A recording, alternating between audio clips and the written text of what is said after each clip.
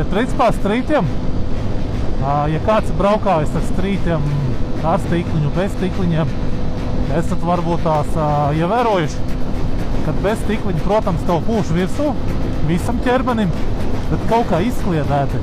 Tad, kad ir stikliņš, tad tā pūšana koncentrēta šajā te virsajā daļā un arī uz ķiveri. Un man liekas, ka tas tā kā vairāk apgrūtina nekā visam. Piemēram, ar šito mocis braucu, stikliņš man nav. Es biju nopircis, uzlicis, uztaisīju vienu izbraucienu un arī uzreiz noņem nost.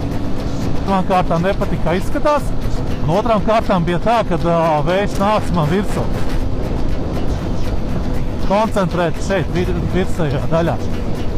Šito moci bez stikliņa līdz 2,5 ir ok, virs 2,5 jāiekrampējas bišķi stingrāk.